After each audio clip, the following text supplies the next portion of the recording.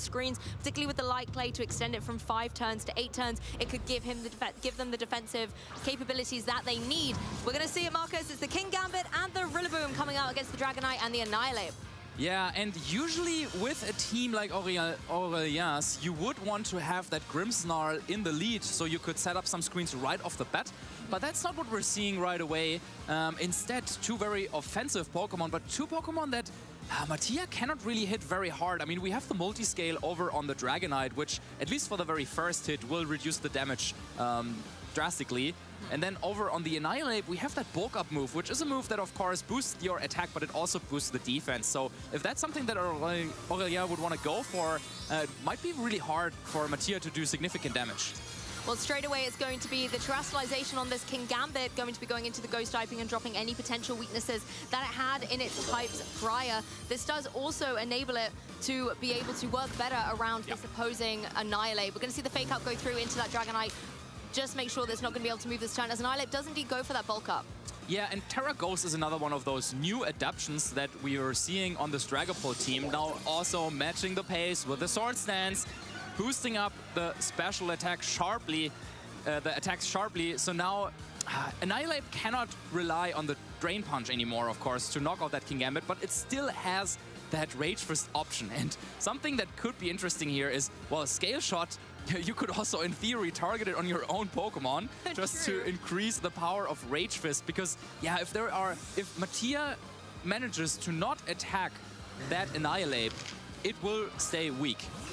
Well, it looks like Mattia is really kind of capitalizing on this King Gambit, going for the Protect to safely switch this Magma on to maybe provide some redirectional support going forward. Annihilate capitalizes on this, though, goes for the second bulk up, getting its attack nice and high and its defenses as well in the face of this physical threat of the King Gambit. Yeah, there is a Scale Shot, but not targeted into that Annihilate. Instead, we'll go after the Magmar, and maybe with this play, Mattia was actually trying to cover for that self-target and Rage Fist play. So, yeah, trying to play a little bit more defensively, but now it means that Aurelien was able to get up yet another bulk up, and also now this Dragonite was able to boost its speed.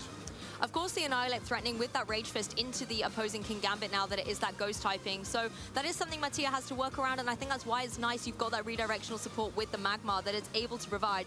It can also go for something like a Will-O-Wisp, try and burn the opposing Annihilate and weaken its offensive pressure as well. But right now, it's just going for that Follow Me. Yeah, Extreme Speed coming out before that Follow Me, but Dragonite just wanting to do as much damage as possible. Annihilate knows there cannot be any Terrestrialization, just goes for a Drain Punch to knock out that Magmar right away, and that is a nice pick off here for Aurelien. Yes, King Gambit able to go for the Cowton Cleave. It gets a huge amount of damage into that opposing Dragonite, but as we saw as well, that Annihilate can still apply so much pressure going into this next turn, and it is able to move a little bit faster. You have to watch out for the Sucker Punch, though, however. Yeah, and then now we get to see which Pokemon Aurelien has brought, and it is that Grimmsnarl indeed, so actually now able to bring that on the field and can set up any screens, potentially, yeah, a Reflect or a Light Screen now that we see Primarina join the field, but now is that time where maybe that Haze could come in clutch over for Mattia. Yes, Haze could come in and reset that Annihilate, so it's less of an offensive threat to something like your King Gambit. I think the Grimmsnarl's in a great position to start setting up those screens. Possibly, if it was me, I'd want to go for something more like the Reflect at this point, because I feel like the King Gambit is the greater threat than the Primarina. But we're not going to see the screen straight away that would be there from the Prankster ability. Instead, the Rage Fist is very angry Annihilate into the Primarina, but the retaliation of the Moonblast is going to do even more damage. That's a one-hit KO, Marcus. Yeah, big knockout on the Annihilate. No Terrestrialization coming out for Aurelien at all, and also no Haze, but instead, yeah, the foul play. Oh, wow. That will do it.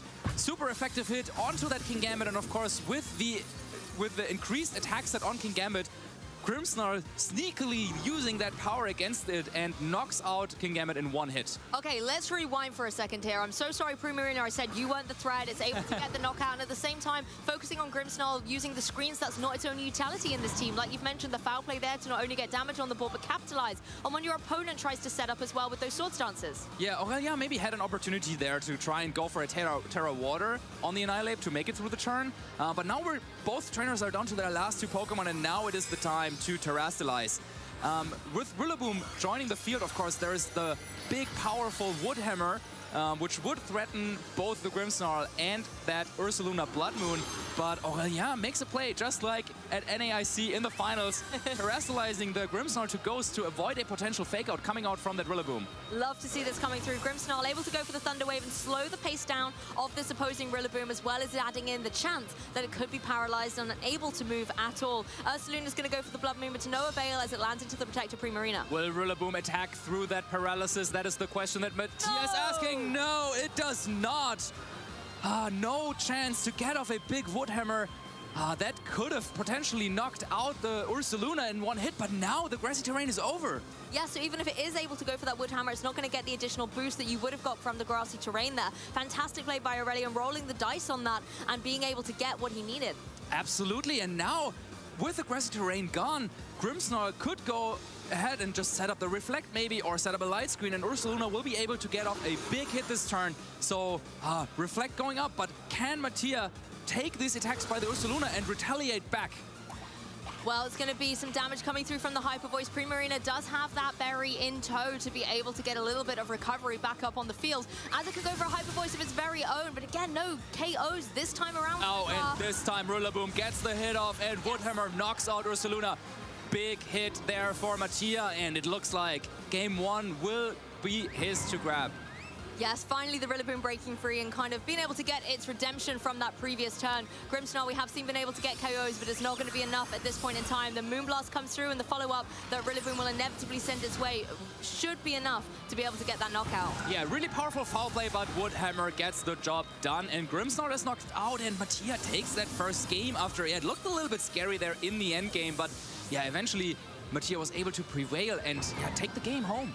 That one turn with all the knockouts, I think, was the complete. You maybe go for the Terra Fairy. But the leads are coming out. It's going to be Rillaboom and King Gambit out there for Mattia. And Aurelien, they have gone for Ursaluna and Grimmsnarl. Yeah, switching it up here for Aurelien, going with a different lead altogether. Now, Grimmsnarl, of course, as we were kind of describing before the first game, is a Pokemon that can set up those screens right away. Now, we have a King Gambit over on Mattia's side, and against that Ursaluna Blood Moon, I mean, Ursaluna could do a decent chunk of damage to both of them, but the King Gambit might just want to go ahead and go for a Sword Stance just like in the first game, but this time around it might not even have to go for that Terrestrialization because, well, the Ursaluna is a little bit more defensively built, and wow, nice play by Aurelien, bringing in the Volcarona into the Fake Out, but no Flame Body Burn this time around. I was going to say that could be a risky moment there, but I like this adaptation by Aurelien, bringing in the Volcarona. It takes so much damage for its troubles, though, switching in.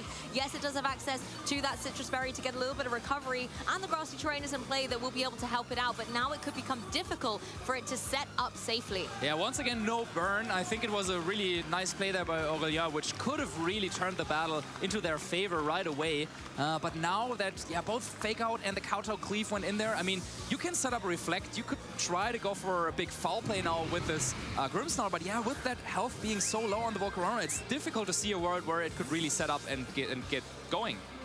I completely agree with you, Marcus, and particularly when the Primarina joins the field and there's that haze potential as well. Volcarona doesn't want to set up a Quiver Dance and then have it completely nullified in the same turn. King Gambit is going to avoid, though. It is very nimble on that chair, avoiding that Heat Wave coming through and can retaliate with the Cowtown Cleave that will get the knockout with a critical hit. King Gambit showing you how it's done. Yeah, Mattia's King Gambit really is determined to win. 2 times attacked into that Flame Body Volcarona. No burn, now avoiding that Heat Wave and retaliating back with a critical hit. So yeah, very nicely done there on Mattia's end, and it looks a little bit dire here for Aurelien. Now bringing in the Dragonite, but with the moveset that Dragonite carries, it's hard to see where that damage should come against that King Gambit. There is the potential as well, the fact that it is that Dragon typing, that Primarina can capitalize on that and go for something like a Moonblast. But it can't do that if the Blood Moon is going to come through and knock it out from the field. So Dragonite is able to breathe a little bit of a sigh of relief here. It has got its multi-scale still intact, but possibly not for long as the Kowtow Cleave comes through and breaks it. Yeah, finally that multi-scale is broken on that Dragonite. And yeah, nice double targeting by Aurelien, knocking out that Primarina. Of course, there could have been a Protect or a Switch from Mattia's side. So nice call on Aurelien's end to get rid of that Pokemon. But yeah, once again, now the Rillaboom joins the battle, and it's just very difficult to get a lot of damage down on that Pokemon either. And knowing the Ursaluna can't protect, the fake out was a really safe play there just to lock it down from doing any damage, as the scale shots are going to come through on the Rillaboom. Not going to be nearly enough to be able to get the KO, but will put the stats into the speed advantage for this Dragonite at the end of the turn. Yeah, really fast-paced play from both players coming out, and that Dragonite will be even faster after successfully getting off those 5 hits of scale shots. But it might be the end of that Dragonite if the counter cleave goes into it. But no, it is that Sword Stance. So Mattia taking the opportunity to set up their Kingambit right away. Makes this Kingambit a massive threat. And now if you're Aurelien, you have to call exactly which Pokemon you want to be able to target down into. The Kingambit on Mattia's side as well does have access to that Protect. It's not running Assault Vest, for example, so you know that you're going to be able to possibly have to call around a Protect here. Yeah, I think this might be a key moment in the battle. Aurelien hovering over 2 priority moves. So the question will be, will that Kingambit over on Mattia's side decide to go for a Sucker Punch? And then that would potentially be nullified if Aurelien's Pokemon go for those priority attacks, or does Mattia read that, feel safe with that Terrestrialization to Ghost, and just goes for a Kowtow Cleave? With the Extreme Speed coming through, going into the Rillaboom, actually not catching the now Ghost type on the opposing side. Ursaluna taking a little bit of damage from the Grassy Glide, but is able to retaliate with that Vacuum Wave. It really was the minimal amount of damage needed to get the knockout. And what does that Kingambit do? Oh, let's have a little look, see which Pokemon... It is the Kowtow Cleave! Big hit coming in from Mattia, and knockout on that Ursaluna. So once again, nicely played by Mattia. He felt safe there. Going for that Terrestrialization to Ghost, losing the weakness to potential Earth Power or the Vacuum Wave, and now instead going for that Kowtow Cleave and not the Sucker Punch. And now with that support of that Magmar coming in from Mattia, it feels like he might have the support needed for that Kingambit to run through the game. Yes, Kingambit looking in a prime position with all of its HP remaining as well. It does give it that longevity and flexibility on the field. I really like the Ghost Terrestrialization, particularly considering that Aurelien went for a fighting and a normal type move that would have been null and void going into that Pokemon. And you would love to get off a foul play into that Kingambit, but the only way to do that is to somehow stop that Magmar from going for Follow Me. And I think Aurelien will do what is the only path to victory that I see for them. Try to go for that Thunder Wave once again. It worked in the first game. You get off the Thunder Wave on the Magmar this turn, and then you just hope that next turn it will not be able to move due to that status condition. Hey, you've got to play to your outs at this point in the competition. It is a knockout round, so paralyzing that Magmar, potentially stopping it for going for the Follow Me, could then open up an opportunity to attack that Kingambit. So yeah, will the Magmar be able to move? This is what it comes down to for Mattia right now, and it does get off the Follow Me. Yes, it's priority as well, so you don't have to worry about the speed drop you get naturally from the paralysis, as well as Dragonite goes for the scale shot, but the bulk of this Magmar as well going to eat this up. So the question really is, how much damage can the Grimmsnarl do? I think that this turn, potentially the Dragonite might be knocked out, but with that scale shot and maybe a couple of more foul plays, I mean, in a 1v1 situation, that Grimmsnarl still has the big typing advantage over the Kingambit, so actually maybe with foul play, it's tough, but maybe there is a way for Aurelien to still take home the game. I mean, Grimmsnarl, usually it is the support Pokemon, but maybe in this one, Mattia is not out of the woods yet. I think it just got a whole lot more difficult, though, the fact that Dragonite has gone down. Grimmsnarl, with that foul play, though, is going to be very formidable if it's able to find its mark. Kingambit actually protecting on this turn. Magmar maybe will have a little trick up its sleeve. Yeah, it might try to go for a Will-O-Wisp, but nice call on Aurelien's, and going for that for that foul play, and Magmar is paralyzed. So this turn, Aurelien will probably target into the Kingambit, and Magmar will need to go for a foul play, and then we might end up in a 1v1 situation. So once again, yeah, this game is not over. Magmar going for that Follow Me, has successfully been able to draw in the foul play that Grimmsnarl is going for. It's not enough to get the knockout, though. Magmar just able to hang on as Kingambit can go for the Kowtow Cleave, but look how little damage it's doing, Marcus. Yeah, not a lot at all, despite this boosted attack set on the Kingambit. Of course, Grimmsnarl with the 4-time resistance to Dark-type attacks. Okay, once again, this time you have to call. Magmar protects. Where is the foul play going? And I think based on the direction, we know it's going into the Magmar's protect, and this will be another big Kowtow Cleave coming out from Mattia's Kingambit. Fantastic play by Mattia here. You can see the reaction from Aurelien, but I still think one more Kowtow Cleave is not going to get it. You need 2 more or a critical hit. Yeah, but then the question is, well, next turn you could try and go for a Reflect or a Thunder Wave, or you could try to go for a Sucker Punch on the Kingambit side. So there's still some mind games going on, but okay, let's see it this turn. Foul play should knock out that Magmar finally.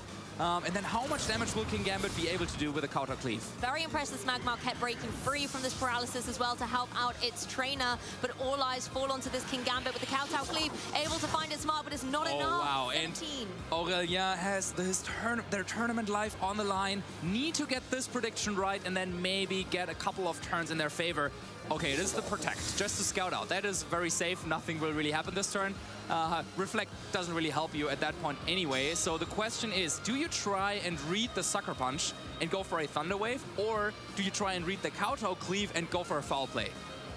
Oh, it's difficult. It really, really is. And you can see Aurelien taking every second potentially open to them to be able to make this decision. I think it was on the last time they went for that Thunder Wave, but are they going to roll the same dice twice? So if you go for the Thunder Wave, the thing is that you will probably need to get a little bit of luck here and there. Because you will probably, eventually you have to attack, and that will always open up the opportunity for a Sucker Punch. And it is paralyzed, okay, but based on the reaction of Mattia, I think he was trying to go for a Sucker Punch here, yes. So probably didn't matter, but now the question is, well, would you try to go for a foul play this turn? And it's, every VGC player has probably been in this spot. The opponent has Sucker Punch, and what do you try to do? When do you attack? When is the right time to do it? I love how Aurelien is going for these status moves that means Sucker Punch will fail. Mattia, maybe slightly on edge at this point, has been so in control of this match, yep. But now it is Aurelien in the driving seat. Well, it's so tough to call. I mean, mind games. How often will you want to try and go for status moves before finally attacking? Kingambit, paralyzed, where we will never know if they were going for that Kowtow Cleave or the Sucker Punch, but it looks like this time, this is when Aurelien wants to go for the Sucker Punch. So this will decide the end of the battle. Will there be a Sucker Punch, and will it hit through that paralysis? Let's see there. The Sucker Punch gets off, and it is enough for the knockout. Oh my goodness, Mattia and that Kingambit coming through right at the end to take this set 2-0. I'm shaking, Marcus. That was such an intense endgame. The way you broke it down really helped us